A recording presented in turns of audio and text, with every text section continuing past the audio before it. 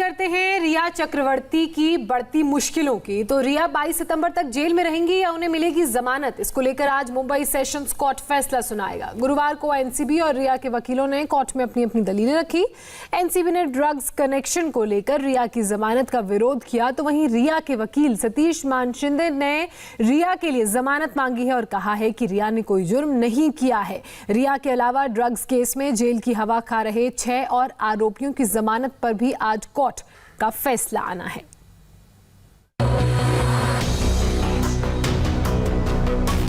Drugs case में गिरफ्तार रिया चक्रवर्ती jail में है।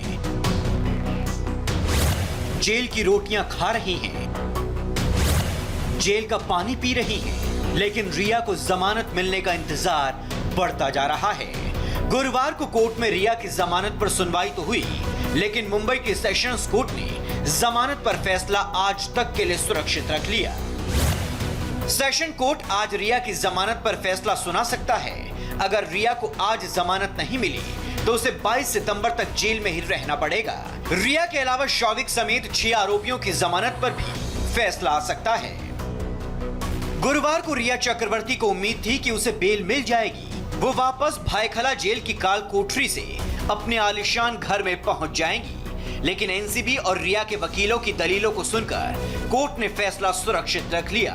गुरुवार को हुई सुनवाई में एनसीबी ने रिया की जमानत याचिका का विरोध किया।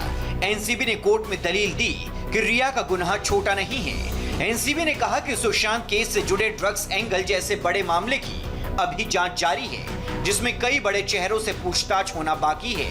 ऐसे में अगर रिया को जमानत मिलती है तो वो सबूतों और गवाहों को प्रभावित कर सकती हैं। उन लोगों का आर्गुमेंट ये था कि स्मॉल क्वांटिटी के कनेक्शन में ये ऑफेंस है, इसलिए बेल देना चाहिए, जिसमें 1 साल की सज़ा है, इसलिए बेल देना चाहिए। लेकिन हमारा कहना ऐसा था कि ये स्मॉल क्वांटिटी के रिलेटेड केस नहीं, it is having wide ramifications, और इसके लिए हमको ये खोजबीन करना ज़रूरी है। That's why this is not a proper stage to entertain bell.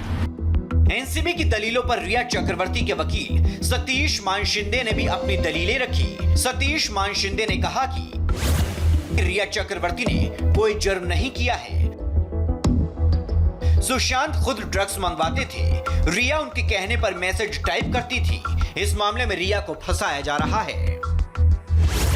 को लेकर सतीश मानशिंदे ने कहा कि सिर्फ 2 तरह के आरोप लगे हैं रिया चक्रवर्ती पर। पहला, ड्रग उन्होंने हासिल किया, वो भी सुशांत सिंह राजपूत के साथ। ड्रग किसके लिए हासिल किया? सुशांत सिंह राजपूत के लिए हासिल किया। इन 2 आरोपों के ऊपर एनसीबी ने उनको ड्रग सिंडिकेट का किंगपिन कह दिया। फिलहाल रिया चक्रवर्ती मुंबई की भायखला जेल में बंद है। रिया जेल की चारदीवारी में कितनी बेचैन है, उसका अंदाजा इसी बात से लगाया जा सकता है कि वो ठीक से खाना तक नहीं खा रही हैं। जेल सूत्रों के मुताबिक रिया को जेल में करीब 8 बजे खाना दिया गया। खाने में दाल, चावल, सब्जी और रोटी दी गई, लेकिन रिया ने बमुश्किल 1 रोटी और थोड़े से चावल खाए। खाना खाने के बाद रिया रात 11 बजे तक टहलती रही। 12 बजे खुद जमीन पर बिस्तर लगाया, लेकिन उनकी आंखों से नींद गायब थी। रिया थककर जेल में कोने में बैठ गई। 10 बाई 15 की काल कोठरी में चिंता की लकीरें उसके चेहरे पर साफ देखी जा सकती थी। रिया रात करीब 2:30 बजे तक पानी पीती रही और टहलती रही।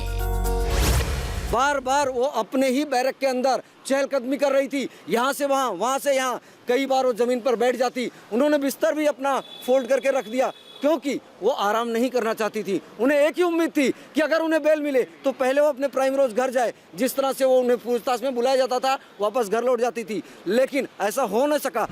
सुशांत सिंह राजपूत की मौत से जुड़े ड्रग्स कनेक्शन में रिया सबसे बड़ा मोहरा है।